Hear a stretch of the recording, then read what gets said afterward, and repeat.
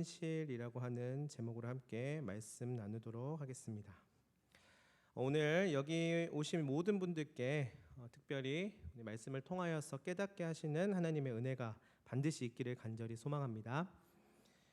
오늘 말씀의 제목은요, 앞에 나와 있듯이 진리와 현실입니다. 우리 한번 따라해 볼까요? 진리와 현실, 진리와 현실. 네, 잘하셨습니다. 우리는 오늘 이 두 가지를 살펴보고자 합니다. 아니, 한 가지도 어려운데 두 가지나 살펴보자고 하니까 벌써부터 걱정하시는 분들이 계실 수 있습니다. 그리고 또 가벼운 단어이면 모르겠지만 진리와 현실이라고 하니 부담스럽다 여기시는 분들이 있을 수 있지만요. 그러나 어쩌면 이 두 가지는요, 하나의 세트라고 생각하시면 좀 더 나으실 것입니다. 그래서 진리와 현실 이 두 가지를 살펴본다기보다 진리와 현실 이 두 가지를 한 세트로다가 함께 살펴본다 생각하시면 조금 더 나으실 것입니다. 그것은 바로 진리라고 하는 것과 현실이라고 하는 것이 도대체 무엇인지 우리가 말씀을 통하여서 교훈을 얻을 수 있으면 하는데요. 어떻게 여러분들 이 두 가지가 잘 어울리는 것 같으십니까? 아니면 조금 안 어울리는 느낌을 받으셨습니까? 어쩐지 둘은 사실은 차이가 있어 보이기도 합니다. 근데 여러분들마다 또 잘 어울리는 것 같은데요, 또는 진짜 안 어울리는 것 같은데요, 이렇게 생각하시는 분들이 있을 것 같아서 한번 물어보도록 하겠습니다. 나는 잘 어울린다 하시는 분 손 한번 들어보시겠습니까? 다 안 어울린다 생각하시는군요.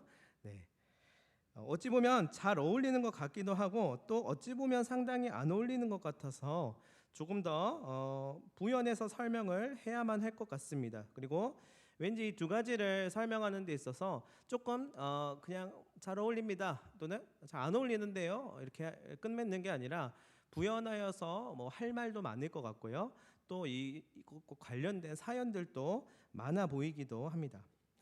사실 그 이유는요, 진리라고 하는 것을 현실 가운데에 잘 적용하는 것이, 잘 접목하는 것이 상당히 어렵다 느껴지기 때문일지도 모르겠습니다. 어쨌든 진리라고 하는 것과 현실이라고 하는 것을 세트로 잘 우리가 생각해 보고자 하는데, 이것이 성질이 잘 안 맞는 것 같아 보이기도 하고 충돌하는 것 같아 보이기도 합니다. 왜냐하면 이 진리라고 하는 것이 우리가 살아가고 있는 현실에서 얼만큼 잘 적용할 수 있고 접목할 수 있는지를 보았더니 그것이 생각처럼 쉽지 않다는 것을 우리는 잘 알고 있기 때문입니다. 혹시 여러분들도 그렇게 느껴지십니까? 그렇다면 우리 바로 한번 들어가 보도록 하겠습니다. 오늘 본문의 베드로는요, 예수님에게 이렇게 이야기하죠. 너희는 나를 누구라고 하느냐? 예수님께서 이렇게 물어보시죠, 베드로에게. 라고 하는 이 말을 베드로는 이제 질문을 받았습니다. 이때 과연 베드로는 어떤 생각을 하였을 것 같으십니까?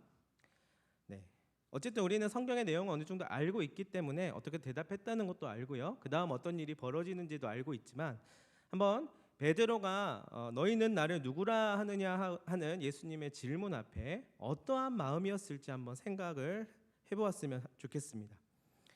아니, 이분이 또 시작이시네, 맨날 나한테 어려운 질문만 하시는구나 이렇게 생각했을 수도 있어요. 아니, 항상 나한테 쉬운 질문도 아니고 오늘 저녁이 뭐니? 내일은 몇 시에 일어나면 되니? 뭐 이런 거 질문하시는 게 아니라 너희는 나를 누구라고 하느냐 이런 질문을 맨날 하시니까 투덜투덜하는 그런 심정이었을 수 있어요. 아니면 누구긴 누굽니까? 예수님이시죠. 누구를 바보라 하십니까? 라고 하면서 오히려 화를 냈을 수도 있습니다. 근데 사실 조금 더 이 상황을 집중해서 보면 지금 이 상황은 조금 더 진지한 상황입니다. 그냥 일상적으로 장난하듯이 또는 가볍게 넘길 수 있는 상황이라기보다 훨씬 더 진지한 상황입니다. 현재 그는 이 진리와 현실 두 가지 사이에 서서 갑자기 예수님에게 질문을 받은 상황이라는 것이지요. 그러자 그의 대답은 이렇게 대답을 합니다. 주는 그리스도 신이다. 자, 이때 베드로는 과연 정말 이 대답을 담아낼 만한 현실 감각이 있었기 때문에 이런 말을 하였을까요? 쉽게 말해서 제정신에 이렇게 대답하였을까요? 아니면 그저 그때 당시 예수님에게 너무 과몰입하고 심취하여서 당신이 바로 구원자 메시아 그리스도입니다라고 일단은 말해놓고 본 것일까요? 한마디로 말해서 팬심으로 말입니다. 확실한 것은 그의 대답이 과학적인 검증이나 확실하게 증명된 사항이 있었기 때문이 아니었다는 것입니다. 그저 예수님이란 분을 만나고 조금 인생이 달라진 것은 맞습니다. 뿐만 아니라 예수 그리스도가 이스라엘 백성들로부터 그토록 기다려온 메시아임을 공식적으로 확증을 받았던 것도 아닙니다. 한마디로 말해서 기관이라든지 어떤 문서를 통하여서 예수님은 메시아입니다. 자, 이제 메시아를 따를 수 있도록 우리가 이것을 공인합니다라고 하는 구체적인 그런 수단도 없었습니다. 그런데 베드로는 예수님에게 질문을 받고 나서 이렇게 대답을 하였던 것이지요. 주는 그리스도 신이다, 이렇게 대답을 합니다. 자, 만약에 그것도 아니면 베드로는 그분이 진짜 진리임을 깨닫고 이를 녹록하진 않지만 그가 살았던 현실 가운데 밀어붙였을 수도 있습니다. 어떠한 증거라든지 어떠한 공인된 사항을 검증받은 것은 아니지만 한번 이것을 내가 믿음으로 밀어붙여 보자. 일단 이 고백을 하면서 예수님을 더 확실하게 믿어보자라고 하는 심정이었을 수 있습니다. 여러분은 어떤 편인 것 같으십니까? 속으로 한번 정답을 맞춰보시기 바랍니다. 이제 우리가 함께 이것을 생각해보고 말씀 속에서 그 해답을 같이 한번 찾아보았으면 하는데요. 우선은 오늘 말씀의 제목이었었던 진리와 현실에 대한 개념 정리부터 하도록 하겠습니다. 먼저 개념적으로 봤을 때 진리, 이것이 무엇인가 하면은요, 진리란 소유할 수 없는 그 무엇입니다. 왜냐고요? 바로 내 것이라고 하는 순간 진리는 곧 주관성을 띠게 되고 다른 타자에게는 그것이 진리가 아니게 될 수 있기 때문입니다. 따라서 개념적으로 봤을 때 우리는 내가 이 진리를 소유하고 있다라고 말할 수는 사실 없습니다.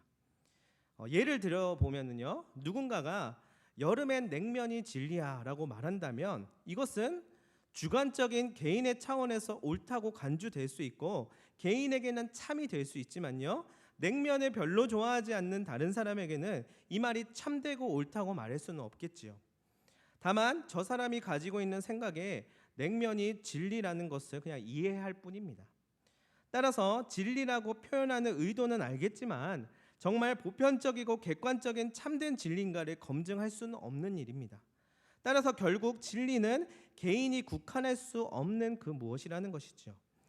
진리는 진리 자체로 존재하는 것이고 내가 생각하는 것이 진리이다, 내 말이 곧 진리이다라고 말할 수는 없는 것입니다. 다른 어떠한 것으로도 색칠해서 변형시킬 수 없는 그 무엇인가 궁극적인 것이라고도 말할 수 있을 것입니다. 그렇다면요, 그 진리를 어떻게 우리는 알 수 있을까요? 아니, 그 전에 과연 우리는 알 수 있기는 한 것일까요?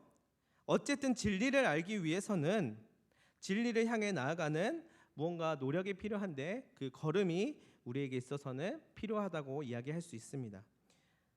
이 세상에는 이 진리를 찾아 헤매는 사람들이 실제로 많이들 있습니다. 이들이 중요하게 생각해야 하는 문제 중 하나가 있는데요, 그것은 진리에 이르기 위해서는 수행과 정진이 필요하다는 것입니다. 그러니까 이 진리라고 하는 것을 주관적으로 우리가 판단할 수 없는 문제이고 객관적이고 궁극적인 것이라면 그것을 얻어내기 위한 어떠한 걸음이 필요할 텐데 그것을 위하여서는 수행과 정진이 저마다 필요하다는 이야기입니다. 이것은 매우 중요한 일이죠. 아무런 맥락 없이 그냥 역시 이게 진리야 라고 막연하게 이야기를 한다면 아마도 신빙성이 없이 들릴 것입니다. 어떠한 과정이 있어야 할 텐데요, 그런데 이 과정에서 꼭 유의해야 할 것이 있습니다. 그것은 바로 그렇다고 해서 어떤 사람의 그냥 방법론이나 사상적인 이론에 의하여서 진리에 도달할 수 있다라고 하는 것은 참된 진리가 아니라는 것입니다. 또한 그것을 통하여서 진리에 이를 수 있는 그런 수단이 될 수 없다는 것입니다. 왜냐하면 이는 하나의 방법론이나 사상적인 노력이 될 수는 있겠지만 결코 완벽한 이론은 없기 때문입니다. 왜냐하면 언제든지 이것이 뒤집힐 수 있기 때문이에요. 어쨌든 그래서 수행과 정진은 진리를 위하여서 몸과 마음을 집중하고 깊은 성찰과 공부를 통하여서 깨달음을 얻는 과정이라고 우리는 생각해 볼 수 있을 것입니다. 이것은 진리를 찾는 사람에게 굉장히 중요하지만요, 또한 자칫 잘못된 지식과 정보를 습득하게 되면은요, 진리는커녕 역효과를 일으킬 수도 있습니다. 그래서 혹시 아는 것이 힘이다, 아는 게 힘이기 때문에 이 진리를 위한 수행과 정진을 다양하고 폭넓게 해나가면 가능하지 않을까라고 생각하실 수도 있습니다.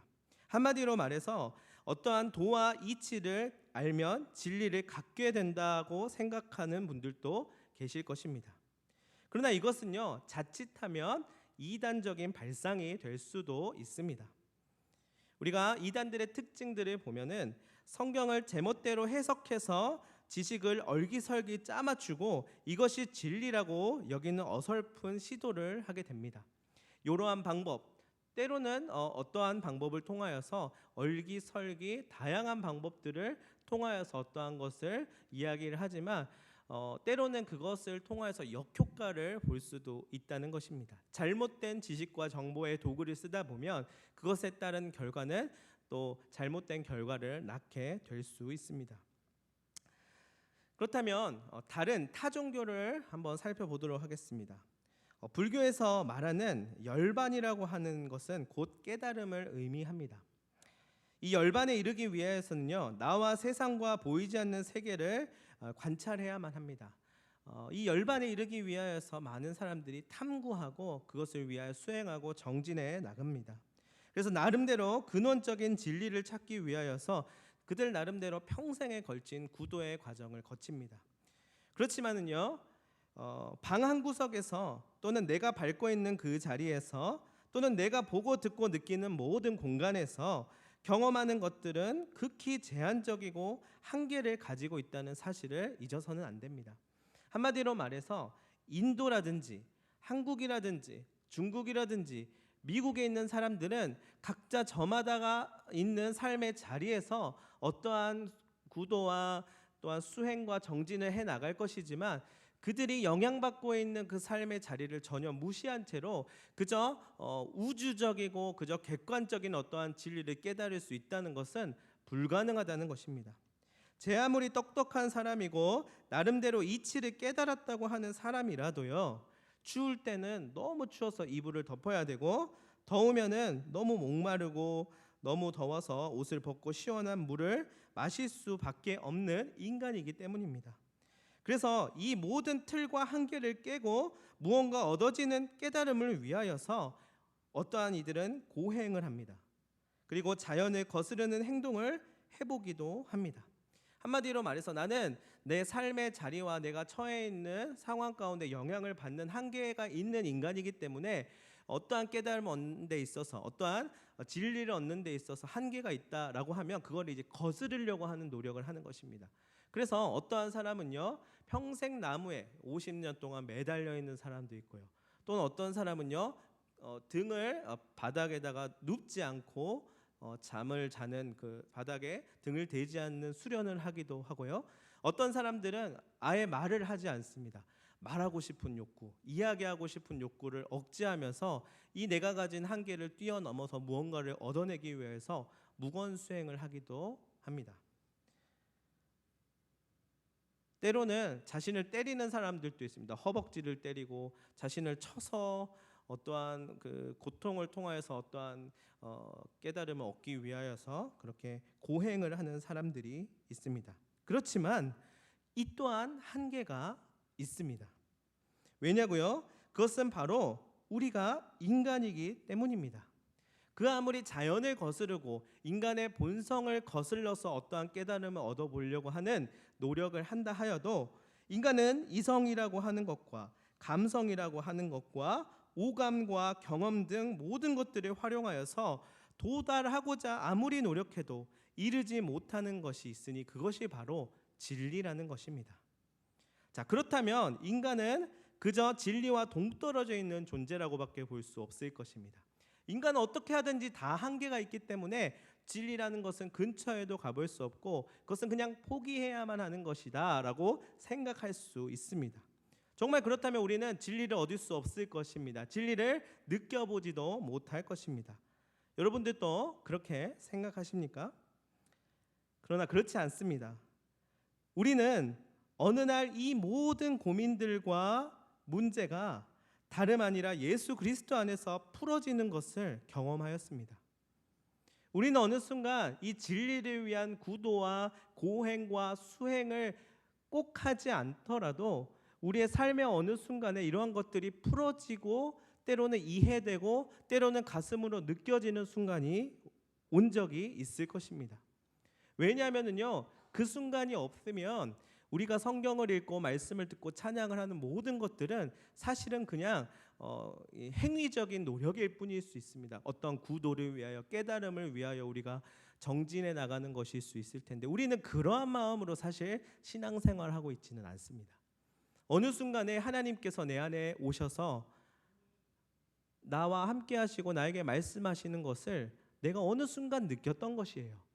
그 사건이 있었기 때문에 말씀을 들을 때, 찬양을 할 때에 이 찬양의 가사들과 말씀에 있는 이야기들과 또는 이 설교 가운데 선포되는 말씀의 그런 이야기들이 내게 있어서 부딪혀서 이것이 튕겨져 나가거나 그냥 좋은 이야기로 교훈으로 듣고 흘리는 것이 아니라 정말 내 삶에 있어서 뭔가 변화할 수 있을 만한 그런 특별함으로 다가오게 되는 것입니다. 우리는 그것을 어느 순간 들었거나 경험했고 또는 갈망하고 바라보고자 합니다. 그렇기 때문에 우리는 신앙생활을 이어가고 있는 것입니다. 그렇기 때문에 내 스스로 생각하고 또한 누군가 만들어낸 진리 같은 것이 아니라 진정으로 참된 진리가 예수 그리스도 안에 있음을 믿음으로 고백할 수 있게 되는 것입니다. 여러분, 이것을 누군가가 어마어마한 교육과정으로 커리큘럼으로 가르쳐주지 않았습니다.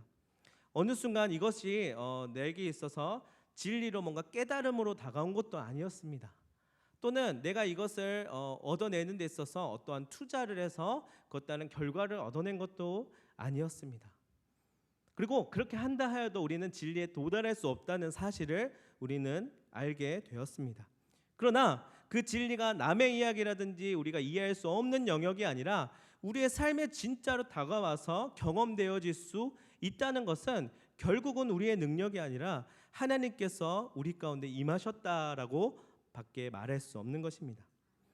오늘 본문의 베드로는요, 당시 우리와 똑같은 상황과 우리와 똑같은 인간의 실존과 사회적인 보편성 가운데서 있었습니다. 그러니까 우리랑 똑같은 영향을 받는, 더우면 물을 마셔야 되고 겨우면 추우니까 이불을 덮어야 되고, 당시 팔레스타인 땅에서의 기후와 사람들의 영향과 또한 제자로서 자기의 위치와 또한 그때 당시 유대인으로 살아가고 있던 사회적 통념 가운데에서 살고 있었던 그저 우리와 비슷하고 또는 똑같은 사람으로서 있었습니다. 그런데 그 가운데서 이러한 고백을 하게 되는 것입니다.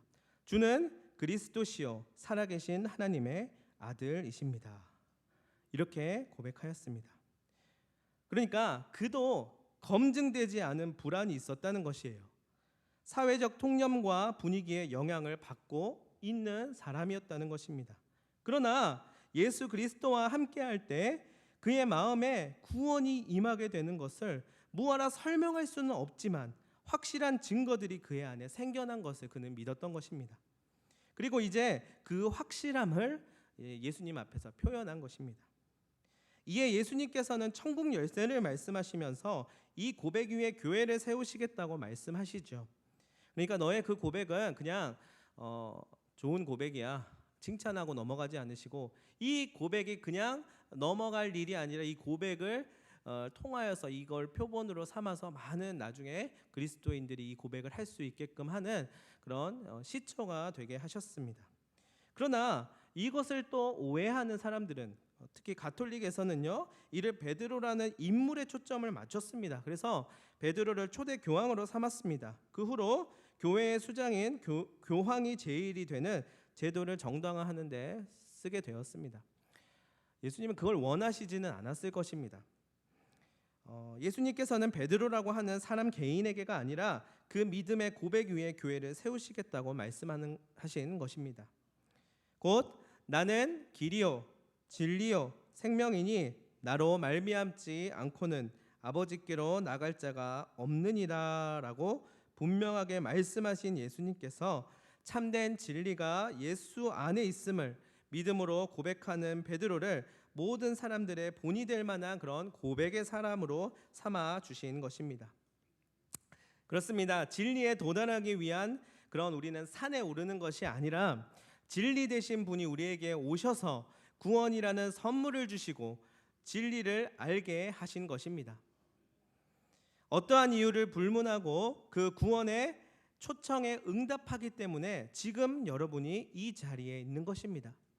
주님께서 마음의 문을 두드리시고 그 마음 가운데 찾아가셔서 우리에게 각자가 가지고 있는 문제들과 어려움들을 어루만져 주시고 그 가운데 진리 되신 주님이 나를 안아주시고 나를 보호하신다는 것을 경험하였기 때문에 현재 여러분들이 이곳에 계신 것입니다. 다 함께 저를 따라해 주십시오. 진리를 알지니 진리가 너희를 자유롭게 하리라. 네. 만약에 진리가 아니라면 우리는 자유롭지 않을 것입니다. 만약 진리가 아닌 것이 우리의 마음을 어루만지고요, 진리가 아닌 것이 우리의 마음을 사로잡는다면 그 열매는 결코 선한 것으로 드러나지 않을 것입니다. 그러나 진리 되신 주님께서 우리의 마음 가운데 오셔서 우리를 주장하고 계시니 우리는 참된 자유를 얻게 된 것입니다. 그렇다면 우리가 믿는 진리는 무엇입니까? 그저 여름엔 냉면이 진리지 얘기할 때처럼 그런 주관적인 진리입니까? 그렇지 않으면 정말 우리에게 구원을 가져다 주시고 우리를 자유케 하시고 세월이 흘러도 변함이 없는 그런 궁극적인 진리입니까? 성경을 보았습니다. 구약에서는 이 진리를 율법과 계명을 통하여서 돌판에 새기게 하셨고요, 또한 선지자로 하여금 알게끔 하셨다고 이야기합니다. 인류를 향한 구원의 계획을 이스라엘이란 나라를 통하여서 일하셨음을 이야기하셨습니다. 그리고 신약에서는요, 진리 자체가 이 땅에 오셔서 사람들과 함께 하시고 말씀하시고 또한 십자가의 대속과 부활, 승천하심으로 그가 하나님이심과 영원한 진리이심을 증거하셨습니다.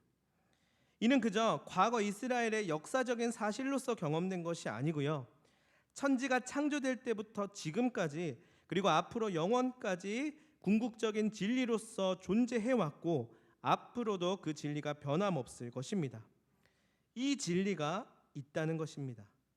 문제는 믿을 수 있겠냐는 것이죠.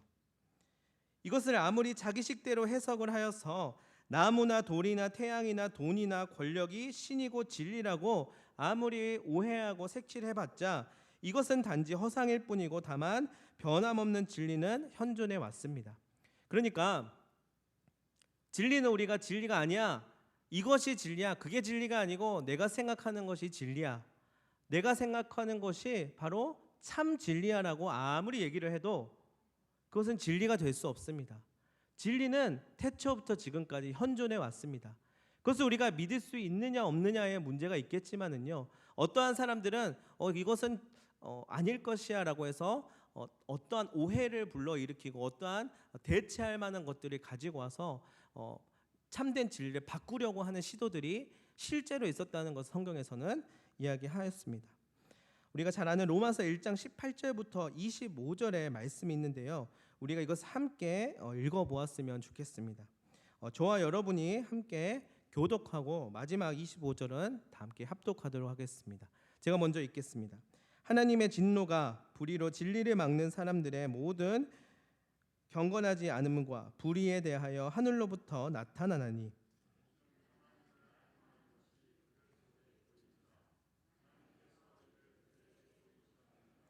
창세로부터 그의 보이지 아니하는 것들 곧 그의 영원하신 능력과 신성이 그가 만드신 만물에 분명히 보여 알려졌나니 그러므로 그들이 핑계하지 못할지니라.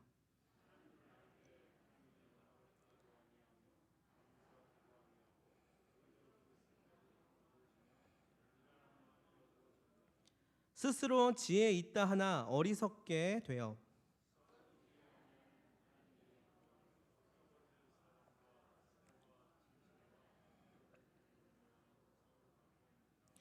그러므로 하나님께서 그들을 마음의 정욕대로 더러움에 내버려 두사 그들의 몸을 서로 욕되게 하게 하셨으니 함께 읽겠습니다.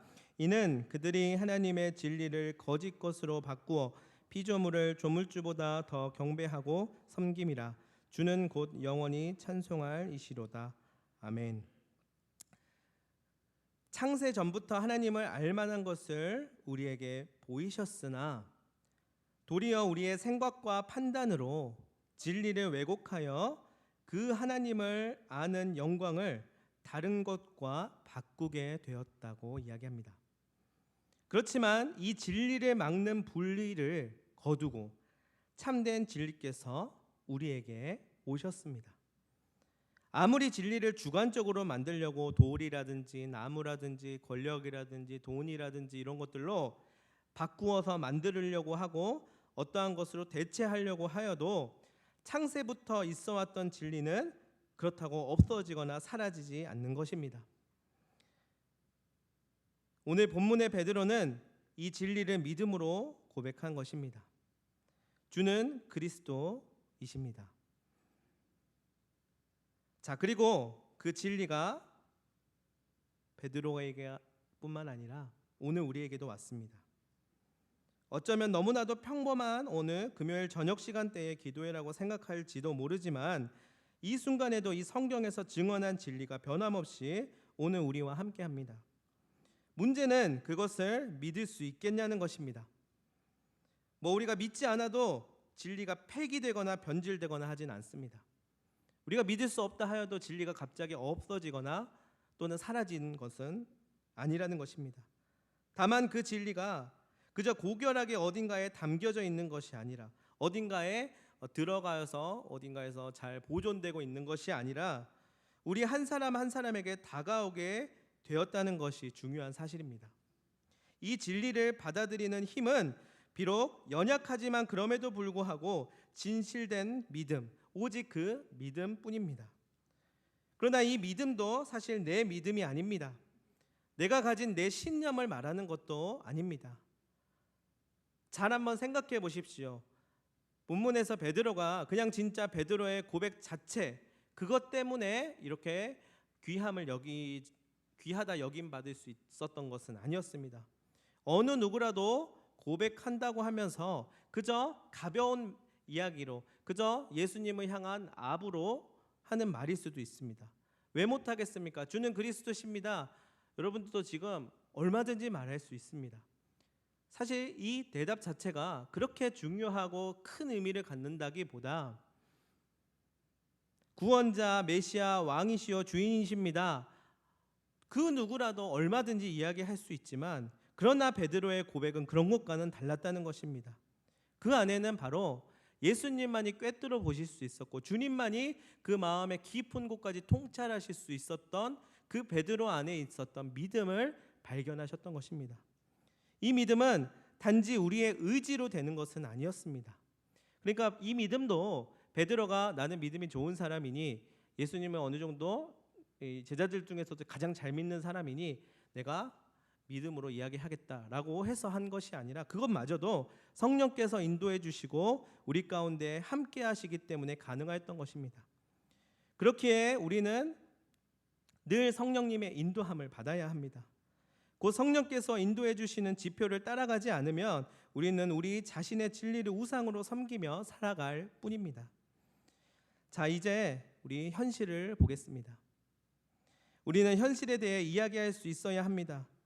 왜냐하면 궁극적인 진리가 변함이 없고 그것을 믿음으로 고백함이 곧 자유함과 구원을 경험할 수 있는 일이라 하더라도 지금 우리가 살아가는 삶은 계속해서 현재하고 그 안에서 수많은 문제들이 여전히 남아있기 때문이죠.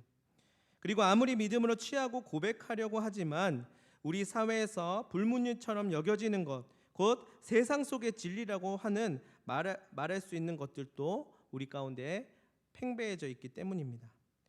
우리가 사는 삶 그리고 궁극적인 진리를 붙잡는 삶 사이에는 어느 정도의 큰 간격이 실제로 존재하고 있습니다.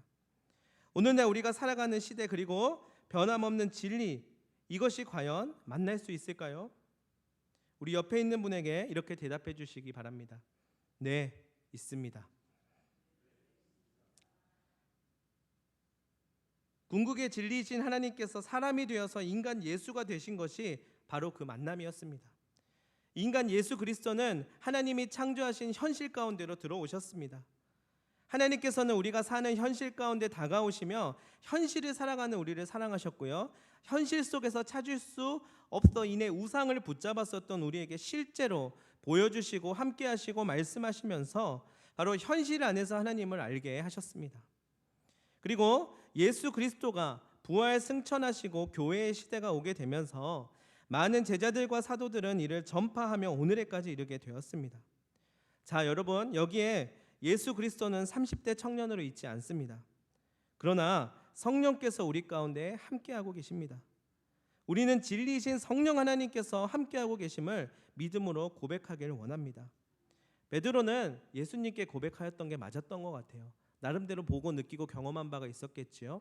사실 우리는 그마저도 없습니다. 30대에 어느 예수님께서 함께 하시며 기적을 보여주신 것도 아닙니다. 그러나 우리에게는 성령님께서 함께하고 계십니다. 그로 인하여 어그러진 곳에, 캄캄하고 무응답만 여전한 곳에, 갈 바를 알지 못하는 끝없는 방황 속에서 그 가운데 계시는 진리 되신 그분의 현존을 우리는 경험할 수 있게 되는 것입니다. 그런데 이것을 과연 어떻게 받아들이고 내 삶 가운데 적용할 수 있겠습니까? 오늘 본문의 예수님 당시의 상황을 떠올려 보십시오. 만약에 정말 예수님의 능력이 있다면 바리새인이든 서기관이든 많은 유대인이든 다 믿었어야 할 텐데 그렇지 못했었던 사람들도 있었습니다. 그들은 왜 그것을 받아들이지 못했을까요? 또는 본문에 마가복음 8장에 보면 벳세다 맹인이 등장하는데요, 벳세다 맹인은 예수 그리스도를 통하여서 앞을 보게 되는데 그저 앞에 있는 사람들과 하늘과 나무들만 본 게 아니라 진리이신 그분, 그 진리 또한 깨달을 수 있게 되었다고 말합니다. 도대체 바리새인과 서기관들은 이 벳세다 맹인과 뭐가 달랐던 것일까요? 바리새인과 서기관들은 자신 안에 자기들로 가득하였었던 것입니다.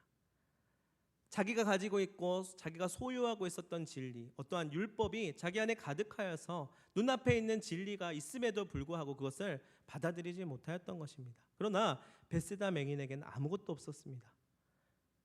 그저 자신의 처량한 인생뿐이었지만 내 앞에 있는 그 예수 그리스도를 구주로 모시고 그분을 붙잡는 순간 진리가 정말 자신 안에 들어와서 충만하게 되는 경험을 하게 된 것입니다.